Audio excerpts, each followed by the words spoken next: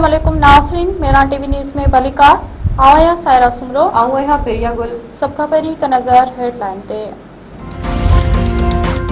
वज़ीर आज़म शहबाज शरीफ़ चयो आहे त अमरीका ईरान विच में जंगबंदी बरक़रार आहे। खिते में अमन लाइ सची दिल सां कोशिशूं कयूं। 11 अप्रैल ते इस्लामाबाद में अमरीका ईरान विच में ॻाल्हियुनि जो अमल शुरू थियो, जेको 21 कलाकनि ताईं जारी रहियो। वफ़ाक़ी काबीना जे इजलास खे ख़िताब कंदे वज़ीर आज़म शहबाज शरीफ़ चयो त आलमी मार्केट में तेल जी वधंदड़ क़ीमतनि सबबि गैर मामूली सूरत-हाल आहे। ईरान असांजो भाइरनि जहिड़ो पाड़ेसरी मुल्क आहे। दुआ आहे त जल्द जंग ख़त्म थिए ऐं अमन क़ाइम थिए। ॾींहुं राति मेहनत करे मसइलनि जो हल कढणो पवंदो।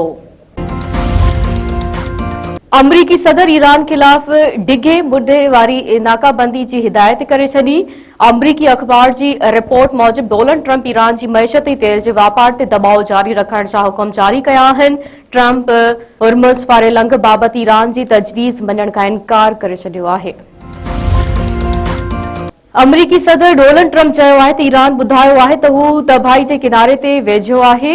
ईरान चाहे थो त जेतिरो जल्दी मुमकिन हुजे अमरीका हुर्मुज़ वारो लंघ खोले छॾे। पिन बयान में ऐं तक़रीबी ख़िताब कंदे अमरीकी सदर वधीक चयो आहे त शाह चार्ल्स मुतफ़िक़ आहे त ईरान एटमी हथियार नथो रखी सघे।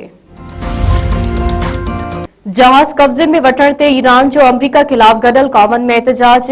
UN सेक्रेटरी जनरल ऐं सलामती काउंसिल जे सदर खे ख़त। ईरान अमरीकी नाकाबंदी खे सामूंडी फुरलुट ॾेई छॾियो हो।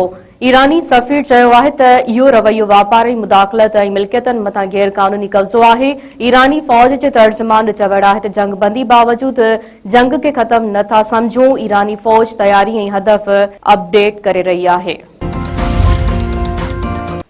सिविल अस्पताल हैदराबाद की कारकर्दगी बाबत सिंध हुकूमत के उमाणियल रिपोर्ट मेहरान टीवी हासिल करे वरती।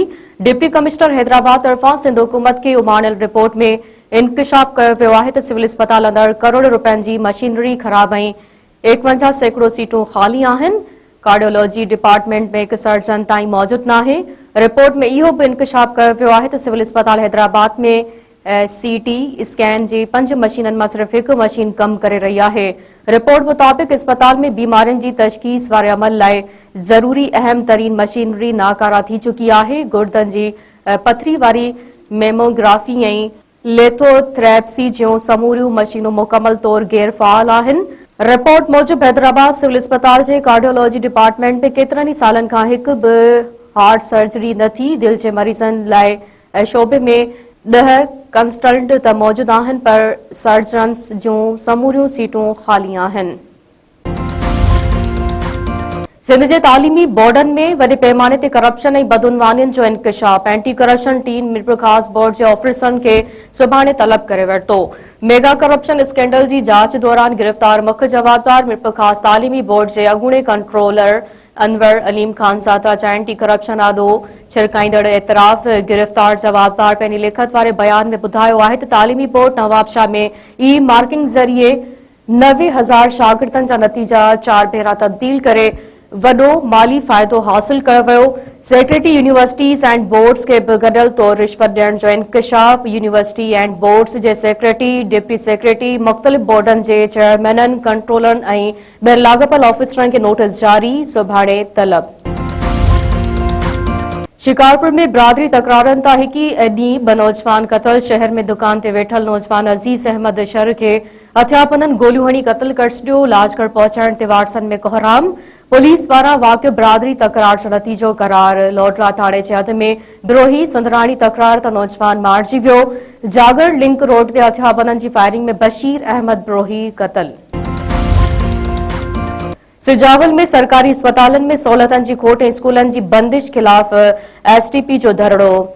मामूल आॾो चौक खां पब्लिक पार्क ताईं रैली कढी निटड़ उस में धरणो हयो वियो। जुमन सिंधी, गुल हसन रिंद, मुमताज़ टगारी ऐं ॿियनि अॻवाननि चयो आहे त अस्पतालनि में सहूलियतनि जी अणहूंद आहे। मरीज़ तड़पनि पिया। केतिरा ई स्कूल बंदि ऐं सहूलियतनि खां वांझल आहिनि। मंशियात जे सरेआम विकिरे सबबि नौजवान नस्ल तबाह थी रहियो आहे। नोटिस वठी मसइला हल कया वञनि ऐं मंशियात समेत बदअमनी ते ज़ाब्तो आंदो वञे। मीरपुर खास वेझो नौजवान मुबैना तौर आपघात करे छॾियो। ॻोठ मोले ॾिनो जे रवासी 30 वरनि जे रमेश भील जो वण में फाओ खाधल लाश मिलियो। पुलिस जो चवणु आहे त नौजवान घरेलू परेशानियुनि खां तंग अची ख़ुदकुशी कई आहे। वधीक जांच कई पई वञे।